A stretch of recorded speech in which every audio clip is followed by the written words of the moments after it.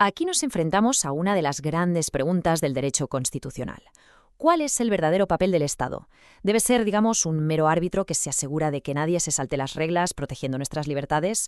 ¿O por el contrario, tiene que ser un jugador activo en el campo, buscando garantizar el bienestar de todos? Esta tensión, esta dualidad, es la que divide dos corrientes de pensamiento gigantescas, el constitucionalismo liberal y el social. Hoy vamos a analizar cómo estas dos visiones, que a primera vista parecen irreconciliables, en realidad chocan, se fusionan y conviven de una forma realmente fascinante dentro del marco de la Constitución de Guatemala. Para abordar esta compleja relación, seguiremos una hoja de ruta muy clara. Primero, vamos a sentar las bases teóricas. ¿Qué es el constitucionalismo? Después, pondremos cara a cara estas dos grandes visiones del poder. Luego nos adentraremos en el caso guatemalteco para ver cómo intenta fusionarlas en su texto constitucional. Veremos esto en la práctica analizando decisiones de sus tribunales y finalmente intentaremos llegar a una síntesis sobre lo que significa este delicado equilibrio. Bien, pues empecemos por el principio, por la idea central que lo vertebra todo. Antes de poder hablar de si algo es liberal o social, tenemos que entender qué es exactamente el constitucionalismo. En esencia, es el concepto que busca ponerle límites al poder. Pensemos en esto por un momento. El constitucionalismo es una idea que en su día fue absolutamente revolucionaria. La idea de que nadie, pero nadie, ni siquiera el gobierno, está por encima de la ley. Es el gran intento de la modernidad de, por así decirlo, domesticar el poder del Estado a través de una herramienta suprema, la Constitución. Su objetivo es doble. Por un lado, ponerle cadenas al poder político y, por otro, darnos un escudo para proteger nuestras libertades fundamentales. Perfecto. Con esta idea ya clara, llegamos a una encrucijada fundamental. Porque si bien todo el mundo está de acuerdo en que hay que limitar el poder, la gran pregunta es ¿para qué? ¿Con qué finalidad? Y es justo aquí donde la historia se divide en dos grandes caminos, dos modelos con objetivos muy diferentes. Y aquí está el núcleo de la diferencia, el corazón de la cuestión. Para el modelo liberal clásico, la libertad es un escudo. Se trata de ser libre de la interferencia del Estado, de la tiranía del poder. El Estado, por tanto, debe abstenerse. En cambio, para el modelo social, la libertad es más bien una herramienta. Es la libertad para poder estudiar, para tener acceso a la sanidad, para conseguir un trabajo digno. Y para que esa libertad sea real y no una mera declaración, se necesita que el Estado actúe, que intervenga. Ojo, que esto no es solo una discusión de ideas abstractas, es una historia que ha evolucionado. El constitucionalismo nació como una respuesta liberal contra las monarquías absolutas, con gigantes como Locke o Montesquieu.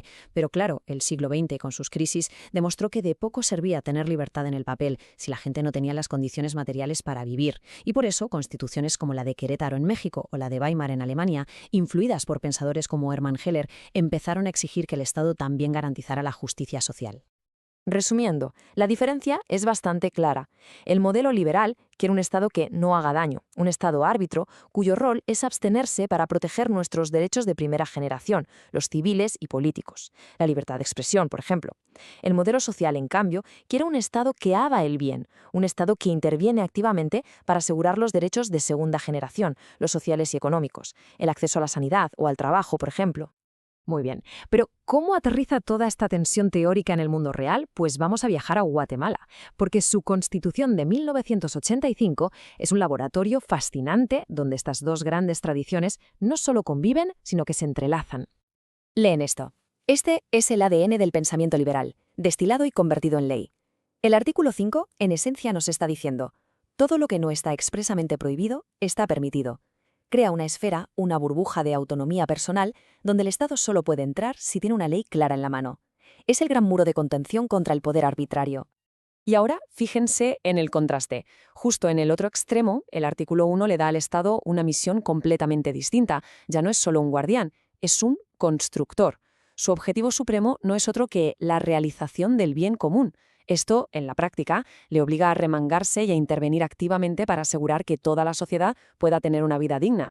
Y esta doble personalidad la vemos por todas partes en la Constitución. Por un lado, tenemos artículos como el del debido proceso, que es un escudo liberal puro para protegernos del poder. Pero, por otro lado, encontramos conceptos como la función social de la propiedad o todo el desarrollo de los derechos laborales, que son puramente sociales y que de hecho limitan ciertos derechos individuales en aras del bien de la comunidad.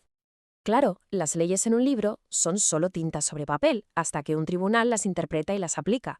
Así que la pregunta clave es, ¿cómo gestiona este conflicto la Corte de Constitucionalidad de Guatemala? Vamos a ver cómo esta dualidad cobra vida en sus sentencias. Aquí tenemos un caso claro de la Corte actuando con su sombrero liberal. Imaginemos que una autoridad pública impone una sanción sin seguir el procedimiento que marca la ley. El amparo actúa como un freno de emergencia. La Corte, en este caso, no entra a valorar si la sanción era justa o no. Su única preocupación es si el gobierno jugó según las reglas. Su trabajo es proteger al individuo del abuso de poder. Un rol liberal clásico. Y ahora la Corte se pone el sombrero social. Pensemos en una ley, aprobada por el Congreso, que reduce las pensiones de los jubilados. Aquí la Corte también interviene, pero con un argumento muy diferente. Invoca el principio de no regresividad, que en pocas palabras dice que en materia de derechos sociales no se pueden dar pasos hacia atrás. Fíjense en el matiz. La ley no se anula por un error de forma, sino porque daña materialmente el bienestar de un colectivo. Entonces, ¿qué podemos concluir de todo esto? ¿Cómo juntamos estas dos piezas del puzzle para obtener una imagen completa y coherente del sistema? Pues aquí está la clave de todo el análisis. La Constitución de Guatemala, como muchas constituciones modernas, no elige un bando. No es liberal o social, es liberal y social. Su verdadera naturaleza reside en una tensión constante, en un forcejeo permanente entre estos dos polos.